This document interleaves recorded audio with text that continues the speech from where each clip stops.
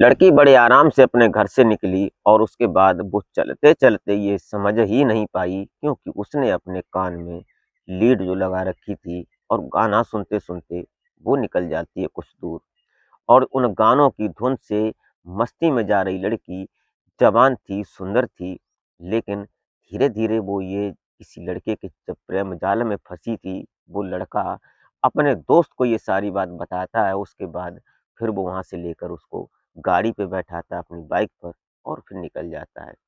लेकिन जो लड़का का दोस्त था, उसने उसके साथ में ऐसी जगह ले जाकर जो एक बाबा था, जो साधु था, उसके यहाँ ले जाता है और जो साधु था, वो भी एक ऐसा उसका क्रिमिनल रिकॉर्ड था, जो कि अंत में जब सबने जाना कि लड़की कौन है और ये साधु कौन है, तो गाँव के जो सरपंच थे, वो उसके साथ ऐसा कुछ करते हैं कि जो पूरा गाँव था, पूरा जो वहाँ का मजरा था, वो सभी लोग देखकर और सुनकर सभी दाँतों तले उँगली दबा लेते हैं।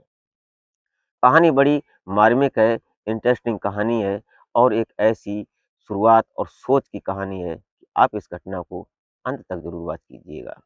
वीडियो ज़रा-सी भी अच्छी लगे तो एक लाइक करके एक छोटा-सा कमेंट और कमेंट में अपना और अपने शहर का नाम ज़रूर लिख दिया करें। और चैनल पर अगर आप पहली बार विज़िट किए हैं तो प्लीज़ हमारे चैनल को सब्सक्राइब ज़रूर कर लें। इससे हमारा हौसला बढ़ता है, हमारा मोटिव बढ़ता है। तो नमस्कार, आदाब, सत श्री अकाल। मैं अजय कोहली और आप देखना शुरू कर चुके हैं मई सफ़र तक। राजस्थान का एंड उस एरिया में एक लड़की जिसका नाम श्रेया घोष, ये आराम से रह रही थी और उसके परिवार में मम्मी-पापा और भाई, ये 2, 3, 4 लोग रह रहे थे। वहाँ की एरिया कुछ इस प्रकार से थी कि ज़्यादा कोई शिक्षा का प्रभाव था नहीं, शिक्षित नहीं थी ये ज़्यादा, लेकिन शरीर में और रंग रूप में उसको कुदरत ने बहुत सुंदर बनाया था। इसकी दोस्ती हो जाती है कुलदीप नाम के लड़के से और जो कुलदीप होता है, वो इसको बेइंतहा प्यार करता है। लेकिन प्यार करता है सिर्फ़ उसके जिस्म से, न कि उसकी रूह से। यही सिलसिला उसका शुरू हुआ और वो दोनों एक-दूसरे के साथ शारीरिक संबंधों का भी उसका सिस्टम चलने लगा और जो श्रेया थी, ये भी अपने आप को बड़ा खुशनसीब समझती थी कुलदीप के साथ। लेकिन कुलदीप जो था, उसका एक दोस्त होता है, दोस्त को वो सारी इन्फॉर्मेशन, सारी बात बताता, जब वो दोनों बैठते, जब वो दोनों साथ में होते, ड्रिंक्स करते, उसके बाद जो आज उसने श्रेया के साथ किया, वो सारा कुछ बताता। उसका दोस्त जो था, वो भी अपने अंदर ललचाता और उसके अंदर एक प्लान चलने लगता है। वो कई बार उसने समझाया कि यार चलो कोई बात नहीं, मुझे एक बार श्रेया से मिलवा दो, लेकिन कुलदीप हर बार उसको ना नुकर कर देता, उसको बोलता कि नहीं ऐसा कुछ नहीं, मैं नहीं उसको मिलवा सकता क्योंकि वो हमारी प्रेमिका है और मैं उससे प्यार करता हूँ, मैं उससे शादी करूँगा, वगैरह-वगैरह ये सारी बातें वो अपनी प्रेमिका की बताता था, गर्लफ्रेंड की सारी बात।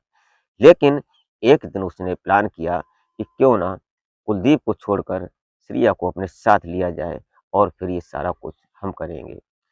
उसने कोशिश भी की श्रेया से, श्रेया का जब उसने फ़ोन नंबर ले लिया कुलदीप के फ़ोन से चुपके से निकाल लिया, उससे बात करने की कोशिश की, लेकिन श्रेया थी उसने एक कड़ाकेदार जवाब दे दिया, तो फिर वो कभी उससे बात नहीं कर पाया। लेकिन उसके बाद जो लड़का था वो उसके दिमाग में कुछ उथल-पुथल और कुछ शैतानी चलने लगती है।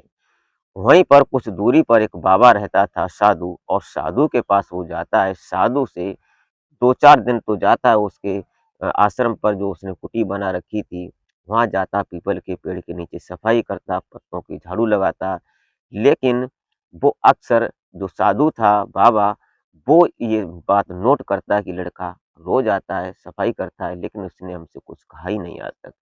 एक दिन वो साधु जो था, वो तांत्रिक था, वो उससे पूछने लगता है कि क्या हुआ? तुम यहाँ क्यों आते हो? तुम्हारा क्या कोई काम है? अगर मेरे लायक कोई काम हो, तो मुझे बताओ, मैं कोशिश करूँगा। तो वो लड़का उसके सामने उसके पैरों में हाथ रखकर बोलता है कि मुझे एक लड़की से प्यार हो गया है और वो लड़की मुझसे प्यार नहीं करती। मैंने कोशिश भी की और फिर वो बात नहीं करती मुझसे। अगर आप चाहो क्योंकि मैंने सुना है आप उस लड़की का या अन्य भी किसी का वशीकरण भी कर देते हैं। ये बात सुनकर जो वो बाबा था जो तांत्रिक, वो बोलता है कि देखो बेटे, ये सब काम गलत है। अगर जिसके साथ वशीकरण करो, जिसके साथ तुम गलत काम करने के विचार रखते हो, इच्छा रखते हो, उसके साथ अगर शादी करो, तो फिर कोई अपराध नहीं, वरना तो गलत ही है। लेकिन वो लड़का था, उसके अंदर हवस का जुनून था, वो सोच रहा था कि कुलदीप मस्ती कर रहा है उसके साथ, मैं पीछे रह गया।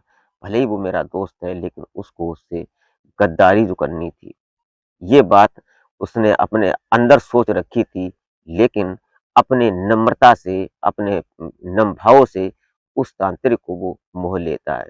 जब तांत्रिक मोहित हो जाता है, उसके बाद तांत्रिक बोलता है कि तुमको इतना रुपए का खर्चा लगेगा और खर्चा लगने के बाद मैं उस लड़की को, तुम मुझे फ़ोटो दे दो एक बार, मैं उसका वशीकरण करता हूँ।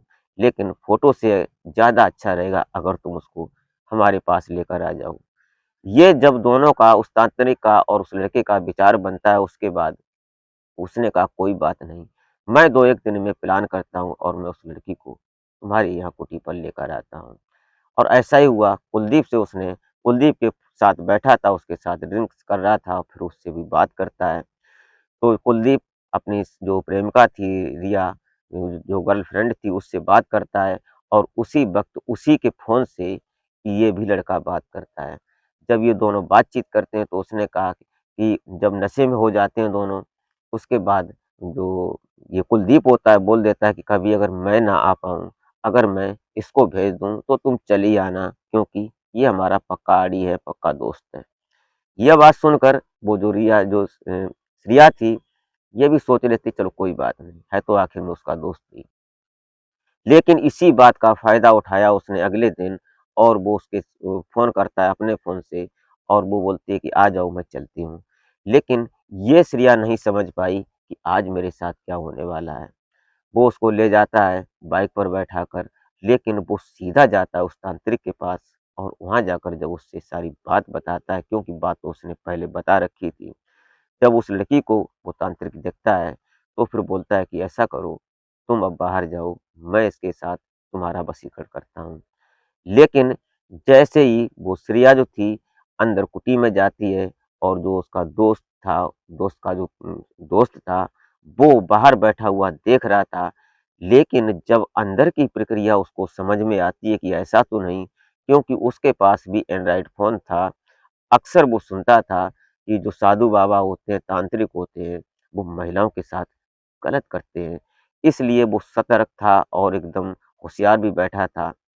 लेकिन अंदर का जो रिएक्शन रिया का, उसने सुना, वो ना-नुकर करती है, वो बोलती है कि तुम बहुत गलत हो, इसने हमारे साथ धोखा किया, मुझे यहाँ लेकर आया। जब ये डाँट-फटकार उस बाबा को, तांत्रिक को लगाती है, तांत्रिक बोलता है कि देखो आवाज़ ज़रा स्लो करो, अगर तुम ज़ोर से बोलोगी तो बाहर वो बैठा है, वो सुनेगा, तुम्हारा काम नहीं हो पाएगा। उसने कहा कि मुझे कोई काम की ज़रूरत नहीं, मेरा प्रेमी, मेरा बॉयफ्रेंड मेरा इंतज़ार कर रहा होगा और ये मेरे साथ धोखा करके मुझे यहाँ लाया है। लेकिन जो तांत्रिक था, वो अपनी हवस पूरा करना चाहता था उसके साथ, लेकिन लड़की एकदम सही थी, क्योंकि उसने प्रेम किया दूसरे से और धोखा दिया उसके दोस्त ने और वो लेकर पहुँच गया साधु के साथ पास। इसलिए उसने पूरा अपना ज़ोर-शोर लगाकर और जो आस-पास जो उसने झोपड़ी-सी बना रखी थी, उसमें ज़बरदस्ती करके, वो कैसे भी करके वहाँ से निकलती है और इधर जो लड़का था, वो उसका दोस्त, वो भी इस बात में सहमत होता है, वो तुरंत वहाँ से निकलता है और निकलने के बाद उस लड़की श्रिया को बैठाता है अपनी बाइक पर। श्रिया उसको बहुत गाली और मतलब डाँट रही थी कि तुमने मेरे साथ धोखा करने की कोशिश की। लेकिन उसके बाद वहाँ से निकलती है, वो सीधा कुलदीप के पास आती है और कुलदीप को सारी बात बताती है कि हमारे साथ इसने ऐसा-ऐसा किया। लेकिन जो कुलदीप था, कुलदीप ने उस अपने दोस्त को बहुत डाँट-फटकार लगाई और उसने सोचा कि चलो ऐसे ही बच जाते हैं, लेकिन ऐसा हुआ नहीं। उस श्रिया ने तुरंत बोला कि नहीं, मैं थाने में जाऊँगी, मैं इसकी कंप्लेंट करूँगी। लेकिन और वहाँ पर जो लोग थे आस-पास के, जब वो हंगामा होता है, कुछ लोग बातें, जब किसी का लड़ाई-झगड़ा होता है तो सुनने-देखने वाले अक्सर आ ही जाया करते हैं। इसी बीच उस लड़की को कुछ लोग समझाते हैं कि चलो कोई बात नहीं, आइंदा अगर ये करता है कभी, तो फिर बकसना मत। लेकिन श्रिया सब लोगों के दबाव में आकर, सब लोगों की बात को सुनकर वो सहमत हो जाती है, रुक जाती है। क्योंकि अगर वो एफआईआर करती है तो उसमें कुलदीप का भी नाम आता, जो उसका प्रेमी था, जो उसका बॉयफ्रेंड था।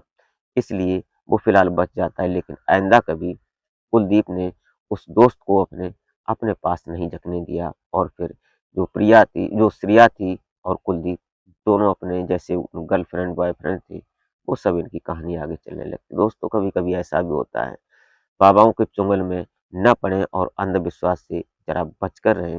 अंधविश्वास में सिर्फ पैसे की बर्बादी और हो सकता है तुम्हारे साथ भी कुछ गलत हो सकता है। दोस्तों, ये रही घटना, ये रही कहानी। आप क्या सोचते हैं? अपना सुझाव कमेंट में ज़रूर दे सकते हैं। इसी के साथ आप अपना और अपनों का बेहतर तरीके से ख्याल रखें। दोस्तों, ये घटना हमने सोशल मीडिया के माध्यम से उठाई है, इसमें मैं या मेरा चैनल किसी भी बात की कोई ज़िम्मेदारी नहीं लेता है। मिलते हैं फिर नेक्स्ट वीडियो में, तब तक के लिए जय हिंद।